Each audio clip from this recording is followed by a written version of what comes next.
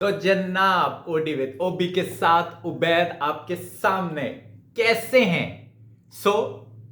मेरा incomplete studio Aahista Aahista भरता जा रहा है, कंप्लीट होता जा रहा है, कम्युनिटी बनती जा रही है।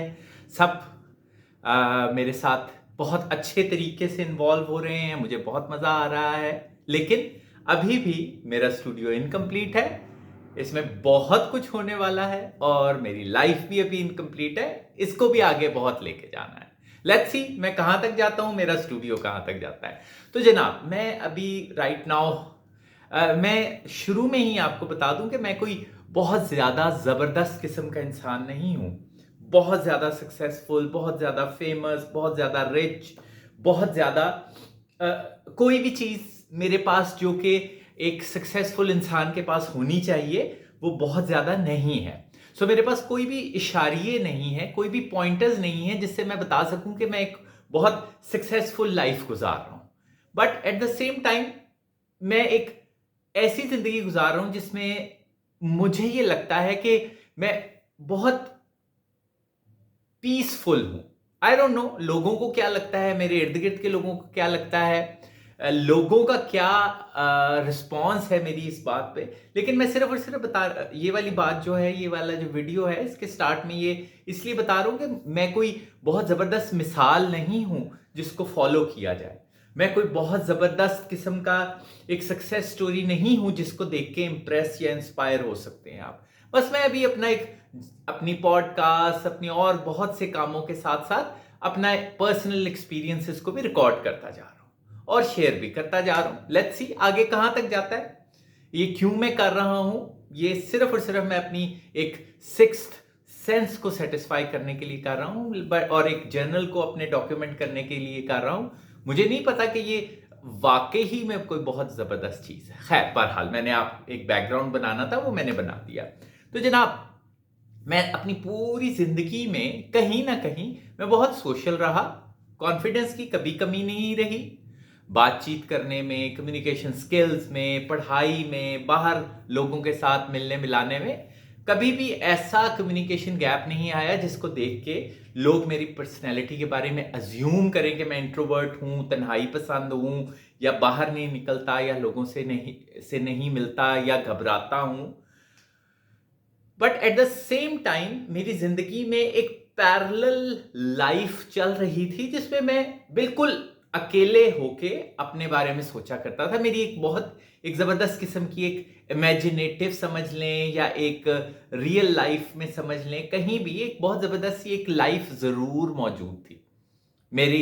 जहां जहां मैं गया वहां वहां मेरी जिंदगी के कॉर्नर्स होते थे ऐसे, जहां पे मैं अकेले बैठता था, अकेले बैठ के सोचता था। और आहिस्ता आहिस्ता एज के साथ साथ मैं ये कॉर्नर्स का इजाफा करता गया। ये कॉर्नर्स बहुत ऑर्गेनाइज होते गए। फिर ये टाइम आया कि मैंने अपनी जिंदगी के कुछ फैसले किए जिसमें मुझे पता चला कि ये जो मैंने अपने एक वंडरलैंड नुमा से कॉर्नर्स बनाए हुए थे जिनमें मैं अकेला रहता था और उसमें अपने आप से हम कलाम होता था। मैं बड़ा वो अरस्तू सा लग रहा हूं अभी, मुझे हंसी आ रही है कि मैं क्या बात करूं, लेकिन जो भी बात है ये सच्ची बात है। ये आपको मेरे इर्द गिर्द के लोगों से पता चलेगा कि ऐसा है। तो इससे मुझे एक फायदा ये हुआ कि मैंने जब भी कहीं से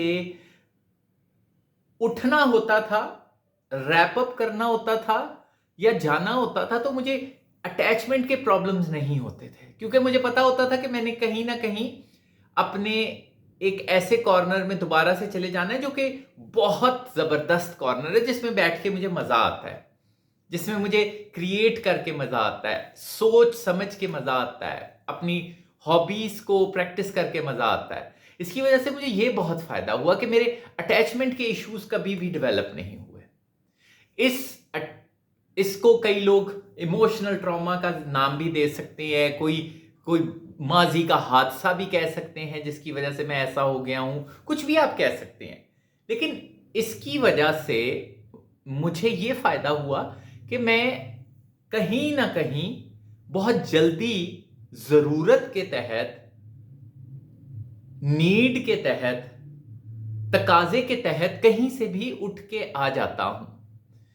और वक्त के साथ साथ ये वाला कॉर्नर जो है मेरी लाइफ का, ये जो पैरेलल लाइफ मेरी एक है इमेजिनेशन की, एक एक तस्वुराती, एक वंडरलैंड, एक ड्रीम लैंड, एक एक जहाँ पे बैठ के मैं सिर्फ और सिर्फ सोचता हूँ, पढ़ता हूँ, तालीम हासिल करता हूँ, सीखता हूँ, गौर व फिक्र करता हूँ, वो मेरा एक कॉर्नर बहुत ज़्यादा स्ट्रांग होता गया।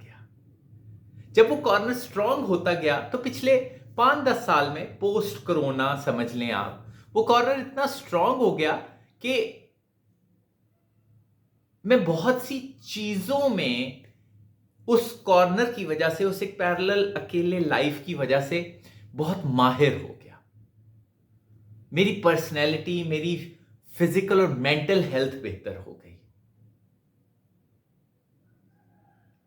कई ऐसे रिश्तों से मैंने छुटकारा हासिल किया, या अपनी टर्म पे वो रिश्तों को दोबारा से रीथिंक किया, या री इमेजिन, या रीब्रांड किया, जिधर से मुझे तकलीफ हो रही थी। और वो सिर्फ और सिर्फ इसलिए हो रहा था कि मेरे पास अपना एक पैरेलल यूनिवर्स, एक पैरेलल वर्ल्ड, एक पैरेलल कॉर्नर मौजूद था, जहां पे जाके मैं हमेशा बैठ जाता था और वहां पे भी मुझे उतना ही बेहतर फील होता था। कई लोग मुझे इसकी वजह से पागल भी कहते हैं, कई लोग मुझे पागल कहते हैं, कई लोग, ज्यादातर लोग मुझे पागल कहते हैं। मुझे उसका प्रॉब्लम नहीं होता। मैं कहीं भी रिजेक्टेड होता हूं, कहीं भी फेलुअर होता है, तो मैं जाके फौरन उस कॉर्नर में बैठ जाता हूं। उन कॉर्नर्स को मैंने बहुत रिस्पेक्ट दी अपनी लाइफ में, और उसका मुझे बहुत फायदा हुआ। और एक और बात भी, वक्त के साथ साथ कुछ ऐसे में मेरे रिलेशंस आए लाइफ में जो मेरे उन कॉर्नर्स की इज्जत करने लग गए। यस, उन्होंने मेरे इन कॉर्नर्स की बहुत इज्जत की, और उन्हें यह पता था कि ये कॉर्नर्स इसके लिए कितने फायदेमंद हैं। आई डोंट नो मैं ये वीडियो क्यों बना रहा हूं। समटाइम्स पैसों की कमी की वजह से, कुछ और नीड्स की वजह से, कुछ और दूसरों के लिए मुझे अपने लिए कुछ इन कॉर्नर्स को कॉम्प्रोमाइज करना पड़ता है। ये नहीं है कि मैं बिल्कुल हठधर्म हो गया हूं, कि बिल्कुल ही साइको हो गया हूं अकेले रहने के लिए, ऐसी बात नहीं है। और मैं अभी भी, कम्युनिकेशन स्किल्स मेरी उतनी ही अच्छी हैं जितनी अच्छी पहले थी, जो भी हैं, अच्छी हैं, बुरी हैं, किस लेवल की हैं। लेकिन वक्त के साथ साथ ये कॉर्नर्स मेरे बहुत ज़्यादा डेवलप हो गए, और ये बहुत फ़ायदा देने लग गए। मेरे इर्द गिर्द के लोग भी इसकी रिस्पेक्ट करने लग गए, जिनको पता था कि इसकी वजह से हम सभी को फ़ायदा होता है। हम एक बहुत ज़्यादा ऐसी सोसाइटी में रहते हैं जहाँ पे बहुत ज़्यादा सोशलाइजिंग को अहमियत दी जाती है। उस टाइम पे मैं ज़रा कंफ्यूज हो जाता हूँ कि मुझे कितनी सोशलाइजिंग करनी चाहिए, कितनी नहीं करनी चाहिए। लेकिन at the end of the day, अगर मैंने किसी का कुछ लेना देना नहीं है, कोई मेरे को ऊपर कोई किसी का कोई तकाजा नहीं है, मैंने कोई वादा खिलाफी नहीं की, झूठ नहीं बोला, तो मैं अब अपने इस कॉर्नर के बारे में, अपनी एक पैरेलल यूनिवर्स जो मेरी एक अकेले मैंने अपनी बनाई हुई है, उसको बहुत ज़्यादा इंपॉर्टेंस देने लग गया हूँ। आई डोंट नो फ्यूचर क्या है, आई डोंट नो लोगों को इस चीज़ की समझ आती है कि नहीं, आई डोंट नो कि ये मैं क्या कह रहा हूं, लेकिन ये जो भी कह रहा हूं मैं सच और out of my real experiences कह रहा हूं। मुझे तो बड़ा मजा आया। यस, ये लोनलीनेस से, सैडनेस से, आइसोलेशन से डिफरेंट है। ये कहीं ना कहीं मेरी अपनी, क्या इंग्लिश में कह सकते हैं कि सेल्फ